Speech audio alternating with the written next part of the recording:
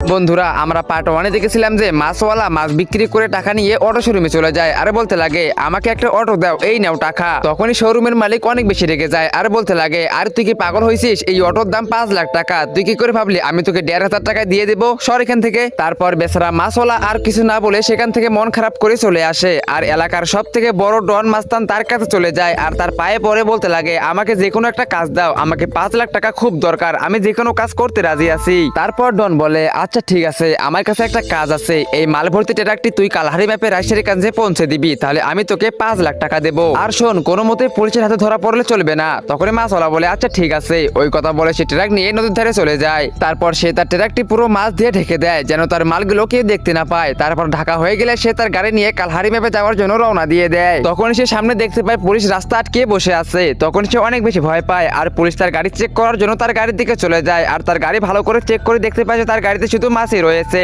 তারপর পুলিশ বলে আচ্ছা ঠিক আছে তুমি যেতে পারো। তারপর মাছওয়ালা অনেক আরাম করে সেখান থেকে তার গাড়ি নিয়ে চলে যায় আর একটু পরে কালহারি ম্যাপে রাজশাহীর কাছে পৌঁছে যায় আর রাজশাহীর কাছে পৌঁছে তাকে বলে এই নাও তোমার মাল, তুমি তোমার মাল বুঝিয়ে নাও আর আমাকে তাড়াতাড়ি করে 5 লাখ টাকা দিয়ে দাও। তারপর রাজশাহী তার মাল দেখে অনেক বেশি খুশি হয়ে যায়। তারপর খুশি হয়ে তাকে 5 লাখ টাকা দিয়ে দেয়। তখনই মাছওয়ালা অনেক টাকা পেয়ে অনেক বেশি খুশি হয়ে যায় আর টাকা নিয়ে ডিরেক্ট সে শোরুমে চলে যায় অটো কেনার জন্য। আর সে 5 লাখ টাকা দিয়ে একটা অটো কিনে নেয় আর তার স্বপ্ন পূরণ